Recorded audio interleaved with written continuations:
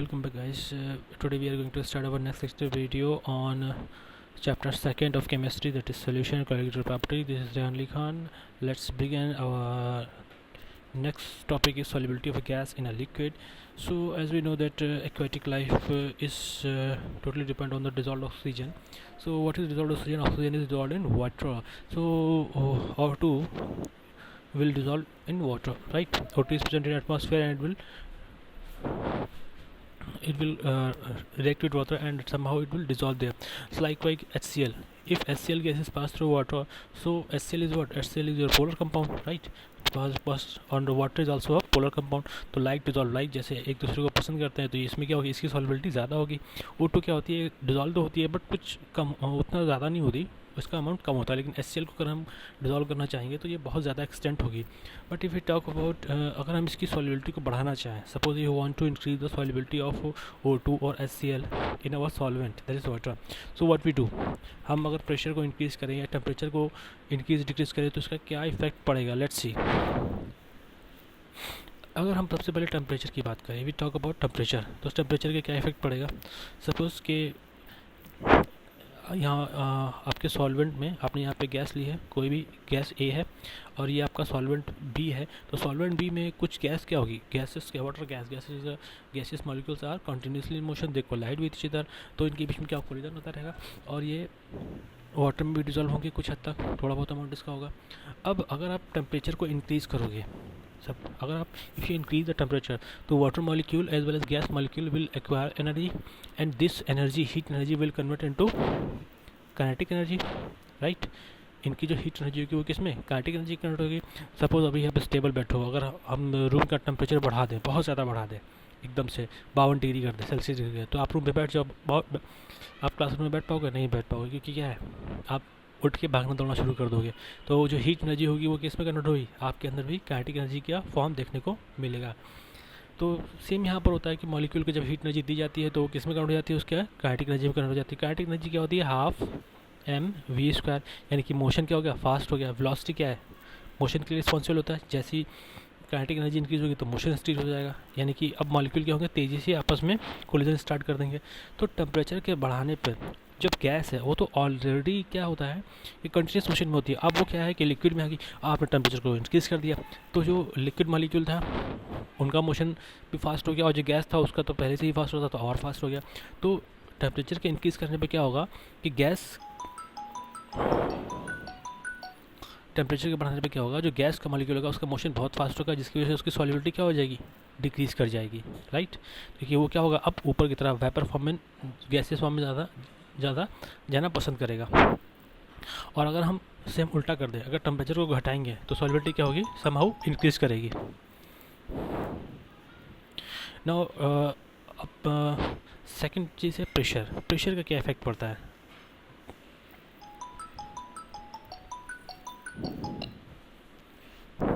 What is the effect of pressure. अगर pressure की बात करें, if we talk about pressure, तो अब जैसे कंटेनर में हमने क्या लिया है कि हमारी गैसेस मॉलिक्यूल्स हैं, ये अब साइड में क्या है, हमारी गैस मॉलिक्यूल है और ये हमारा सॉल्वेंट है. अगर इस सॉल्वेंट पे हम गैस मॉलिक्यूल लेंगे तो गैस मॉलिक्यूल क्या होंगे, कुछ सॉल्वेंट में आ जाएंगे, डिजॉल्व हो जाएंगे. अभी क्या है, वेट W1 रखा है और ये हमारा एक क्या है, पिस्टन रखा हुआ है, ठीक है. अब अगर हम वेट को बढ़ा दें, अगर हम वेट को इंक्रीज़ कर दें तो नो डाउट क्या है, एरिया कम हो जाएगा.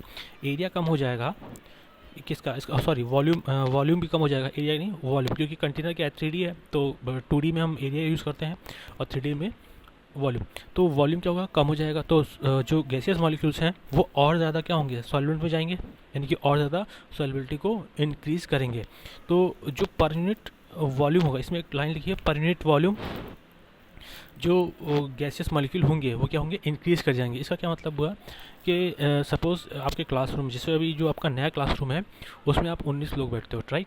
और उसमें क्या है ना, क्लासरूम की कैपेसिटी बहुत बड़ी है, और उसी क्लास को हम हाफ डिवाइड कर दें, उसी क्लास को अगर हम हाफ डिवाइड करेंगे तो जो पर यूनिट वॉल्यूम होगा आपके लिए वो क्या होगा, कम हो जाएगा. जैसे सपोज़ अभी आपके क्लासरूम में लगभग आई थिंक 15 बेंचेस पड़ी हैं, सपोज़ 15 बेंचेस पड़ी हैं. अगर हम क्लास को हाफ डिवाइड करेंगे, 16 बेंचेस हैं, अगर हम क्लास को हाफ डिवाइड करेंगे तो आप क्लासरूम कितनी बेंचेस बच जाएंगी, 8 बेंचेस बच जाएंगी. तो इसका मतलब क्या हुआ कि पर यूनिट वॉल्यूम की बात करेंगे क्लासरूम में तो आपके लिए जो एरिया होगा वो क्या हो गया, ऑटोमेटिक कम हो गया क्योंकि सीटें कम हो गई। तो अब आपका जो मूवमेंट होगा वो उस हाफ क्लास में होगा, राइट।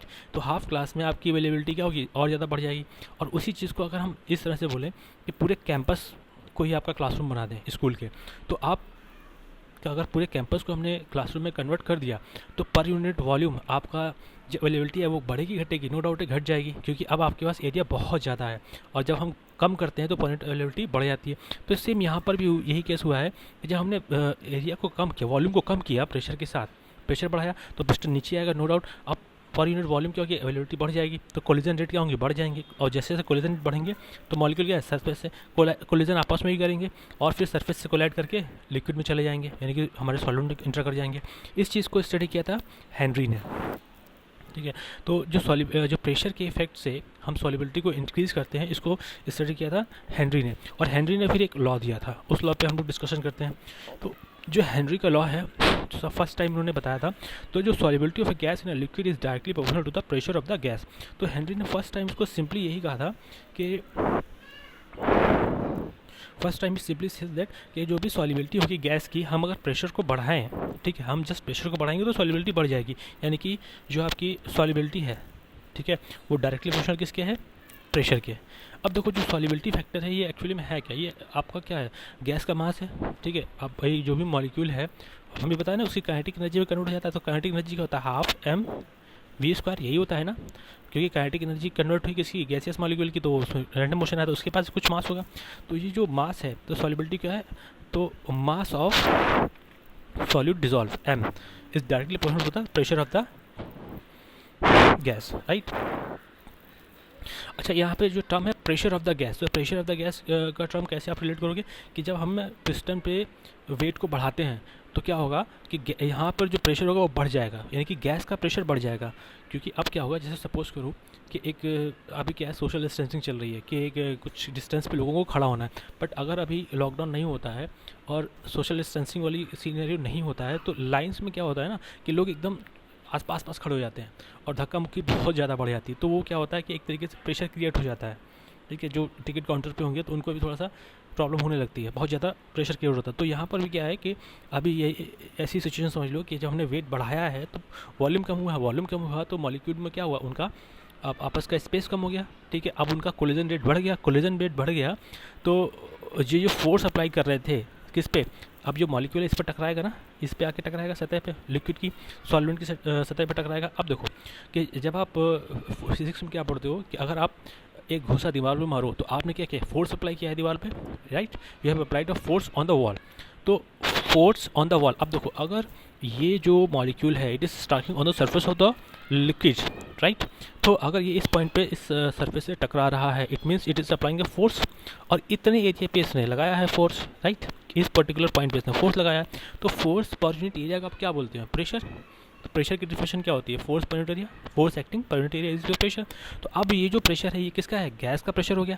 आपने लगाया प्रेशर किस पे था, पिस्टन पे, पिस्टन ने वॉल्यूम कम किया, वॉल्यूम कम होने से कोलिजन रेट बढ़ा, कोलिजन रेट बढ़ने से क्या हुआ, जो गैस का प्रेशर था वो भी बढ़ गया, right. I think we have clear this point now, rub करते हैं इसको। तो अब देखो डाल्टन ने क्या किया, जो सॉल्युबिलिटी है वो किसके प्रोपोर्शनल है, प्रेशर ऑफ द गैस के है, राइट। अब इनके जो डाल्टन थे, डाल्टन भी एक्सपेरिमेंट कर रहे थे, डाल्टन भी इनके साथ साथ एक्सपेरिमेंट कर रहे थे, जेम्स डाल्टन। तो उन्होंने भी इस पर कई सारे सीरीज ऑफ एक्सपेरिमेंट्स किए थे सॉल्युबिलिटी ऑफ गैस पे। तो उन्होंने बताया कि जो सॉल्युबिलिटी का जो टर्म है ना, उन्होंने मोल फ्रैक्शन से उसको क्या किया, रिलेट कर दिया। उन्होंने बताया तो mole fraction of the gas in the solution is proportional to the partial pressure of the gas over the solution. अब देखो यहाँ पे एक नया टर्म आ गया, पार्शियल प्रेशर। तो सबसे पहले हम ये देख लेते हैं कि what is partial pressure, partial pressure है क्या, पहले इसको समझ लेते हैं। देखो एक तो होता है प्रेशर और एक होता है पार्शियल प्रेशर, राइट। अब सपोज़ कि आपका कोई लिक्विड है, ठीक है, सपोज ये आपका वाटर लिक्विड रखा है, इसको ऐसा छोड़ दो। हमने इससे पहले भी एक बार बात की थी कि इसके कुछ मॉलिक्यूल्स होंगे वो इवेपोरेट होके यहाँ पर भी आ जाएंगे, ठीक है, कुछ मॉलिक्यूल इवेपोरेट करके जो खाली स्पेस होगा उसमें जाएंगे, राइट। अब आपने इसमें गैस फिलअप कर दी, तो अब गैस के मॉलिक्यूल भी हैं और सॉल्वेंट के मॉलिक्यूल एकदम दोनों साथ साथ हैं।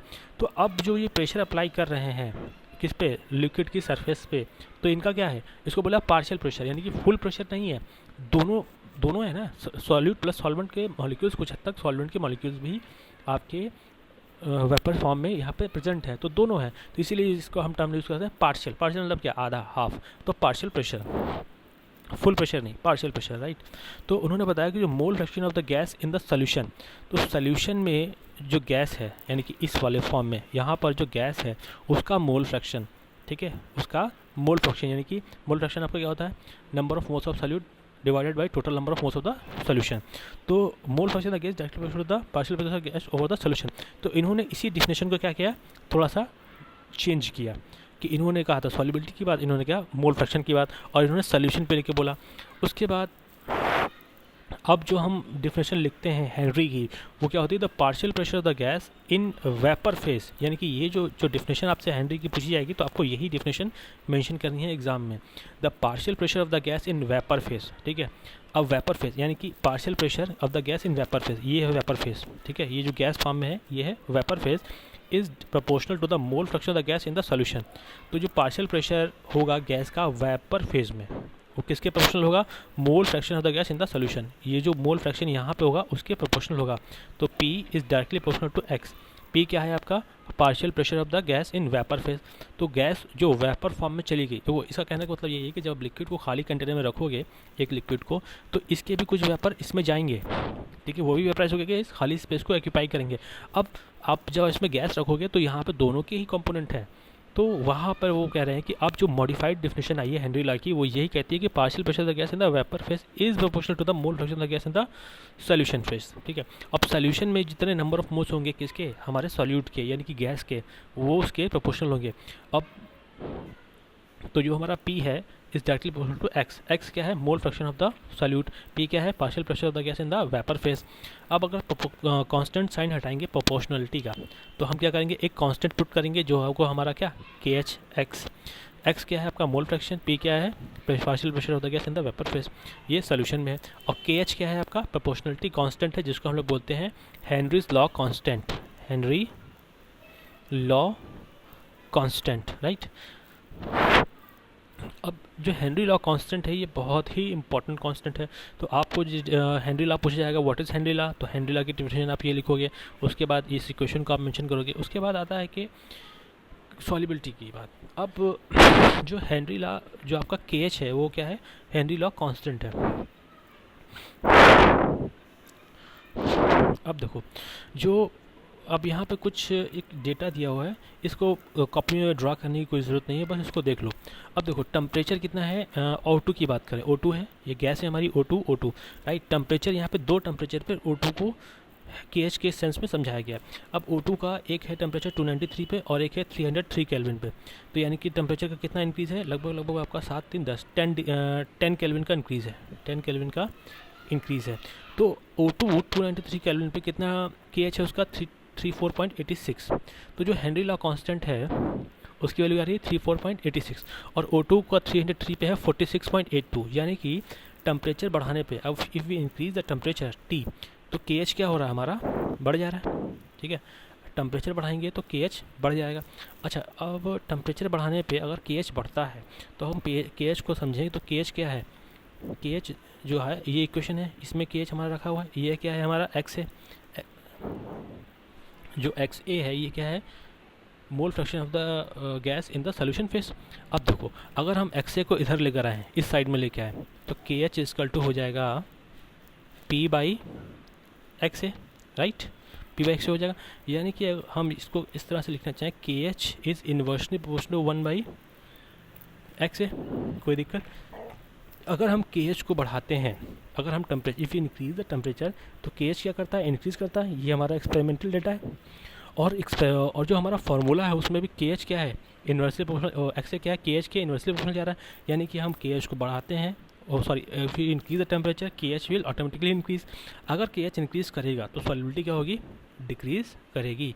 If we increase the Henry law constant then solubility of the gases in the solution will decrease. ये साफ साफ को दिख रहा है ना, अगर ये फैक्टर बढ़ेगा तो ये फैक्टर घटेगा। और ये क्या है, mole fraction of the solute in solution. इस पॉइंट को याद रखना, ये पॉइंट एग्जाम में पूछा जाता है, उसका फेवरेट पॉइंट है।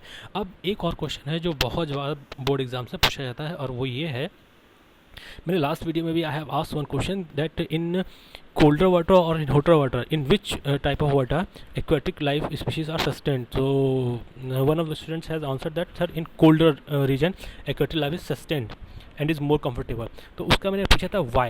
अब देखो जो जब हम टेम्परेचर को इंक्रीज़ करेंगे,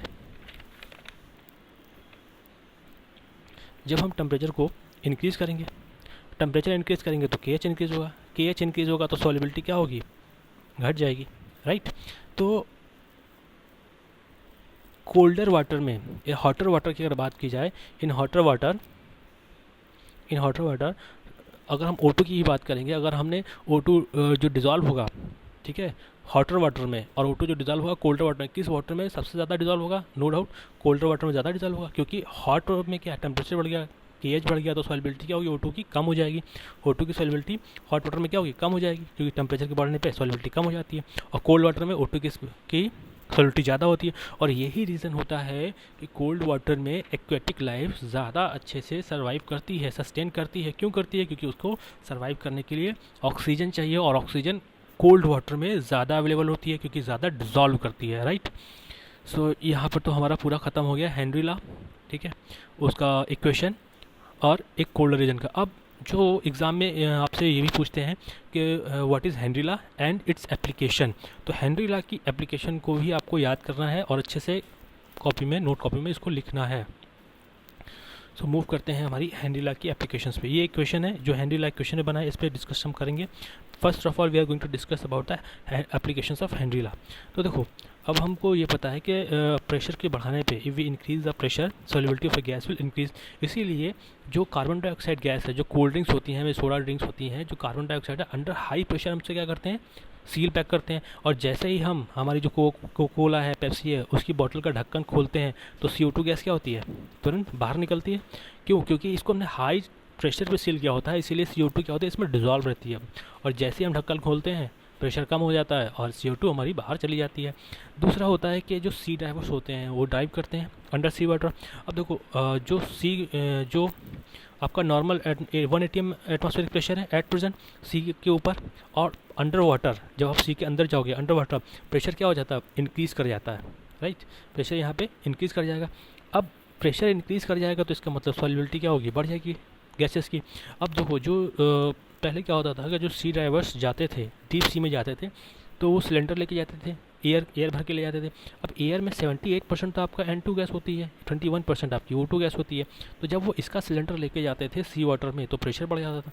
प्रेशर बढ़ने से होता क्या था कि O2 तो जाती थी अंदर, साथ साथ N2 भी अंदर जाती थी। अब नॉर्मल 1 एटमॉस्फेयर प्रेशर में N2 हमारे बॉडी में डिज़ोल्व नहीं होती, सिर्फ O2 ही डिज़ोल्व होती है। लेकिन जब हम प्रेशर को बढ़ा देते हैं तो N2 भी क्या होगी, बॉडी में डिज़ोल्व कर जाएगी। तो जो सी वाटर ड्राइवर्स जाते थे इस गैस सिलेंडर को लेके नॉर्मल एयर को भर के, तो उनके ब्लड में N2 डिज़ोल्व हो जाती थी high pressure, under high pressure.